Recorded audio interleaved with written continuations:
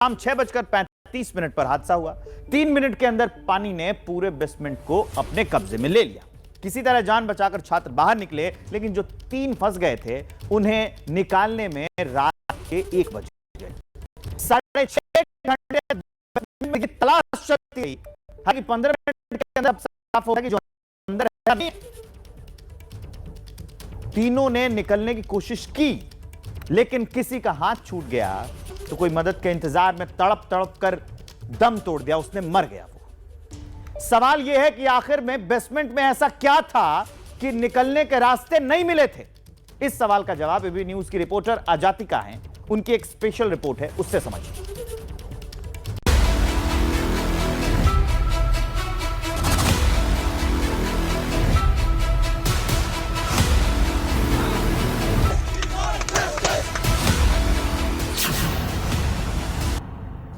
जब coaching centre में हुआ पानी का प्रहार, तो क्यों नहीं मिली निकलने की कोई राह। बेसमेंट में ऐसा क्या था कि छात्रों को निकलने का रास्ता नहीं मिला और पानी ने घेर लिया।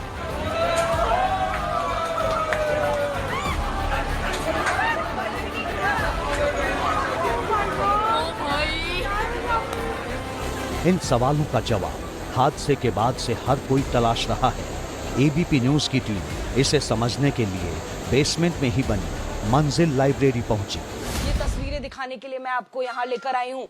ये एक लाइब्रेरी है और लाइब्रेरी का नाम जो है वो बाहर लिखा हुआ है मंजिल लाइब्रेरी है, दिखाई दे रही है, बेसमेंट में बनी हुई है।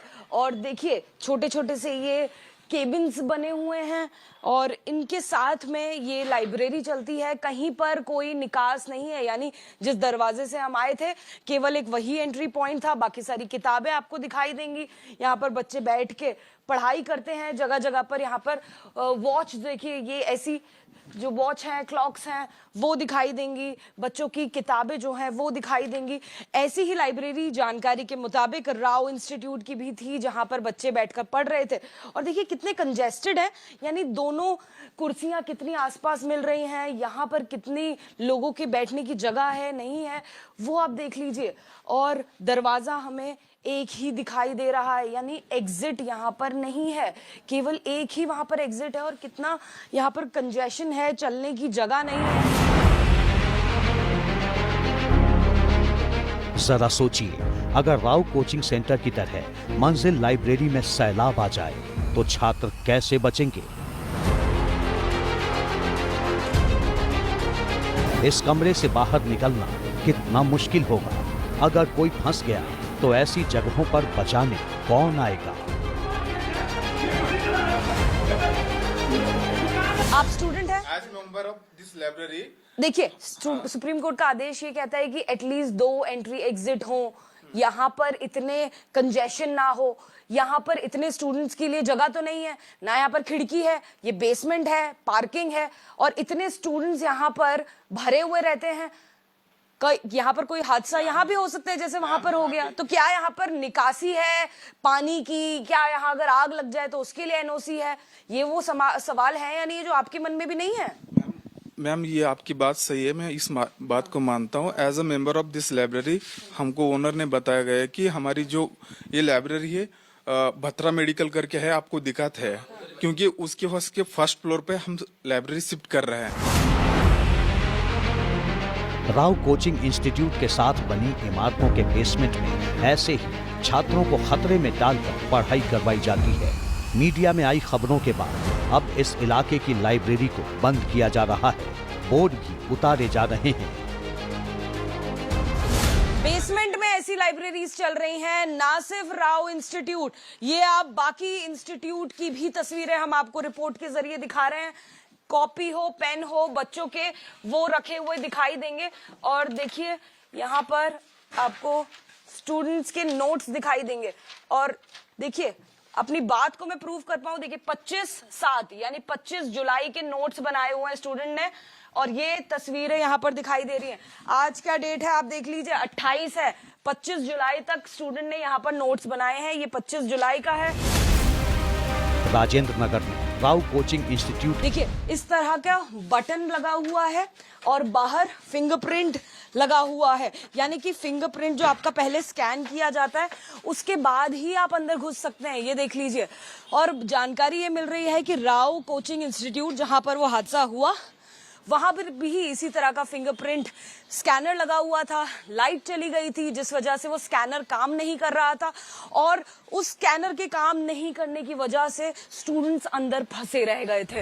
ऐसा हादसा हो सकता है, तस्वीरें तो नजर आ रही हैं। अभी देखा भी ऐसी एक नहीं, यहाँ 90+ जो लाइब्रेरियाँ हैं 90% प्लस बोल रहा हूँ मैं, सब अंडरग्राउंड है। यहाँ पर बहुत जो सिस्टम है हमें खराब दिखाई दे रहा है, वेंटिलेशन नहीं है, स्टूडेंट्स आप लोग बहुत छोटी छोटी जगह में बैठे हुए हैं। इसको लेकर आप लोगों ने इन लोगों से कंप्लेंट नहीं की है? कंप्लेंट तो नहीं की, पर मुझे लगता है ये ऐसा डिमांड एंड सप्लाई के चलते हैं। यहाँ पे डिमांड बहुत ज़्यादा है और सप्लाई कम है, जिसकी वजह से कॉस्टली भी बहुत ज़्यादा है ये सारी लाइब्रेरीज में। केवल SSM ये लाइब्रेरी कितनी महंगी होगी? 3500 for reserve seat with locker. अच्छा, 3500 पर मंथ। यस। एसी और वाईफाई जैसी छोटी मोटी सुविधाओं का लालच देकर यहाँ छात्रों को मौत के मुंह में लाया जाता है। जरा सोचिए, अगर यहाँ पर आग लग जाए या कोई दुर्घटना घट जाए तो कितने बच्चों की जान खतरे में पड़ जाएगी। कमिश्नर MCD को एक लेटर लिखा है।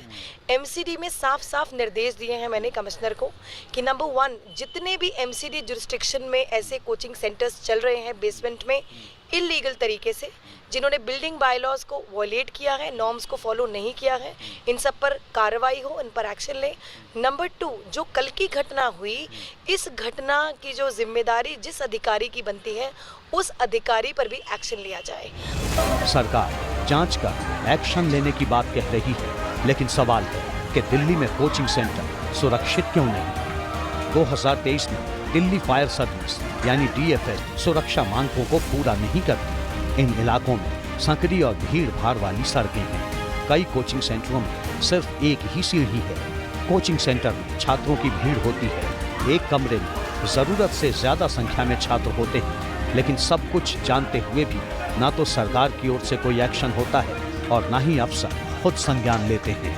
मैंने MCD और राज्य और केंद्र सरकार को मैंने एक कंप्लेंट लिखित में की थी, तो उस पर 26 जून 2024 को की थी। उस पर बीच में 15 जुलाई और 22 जुलाई को 2 बार क्लैरिफिकेशन भी भेजा, बट उन्होंने कोई कार्रवाई नहीं की। और स्पेशली मैंने राव IAS के बेसमेंट के आधार पर ही शिकायत की थी। वो अगर छात्र की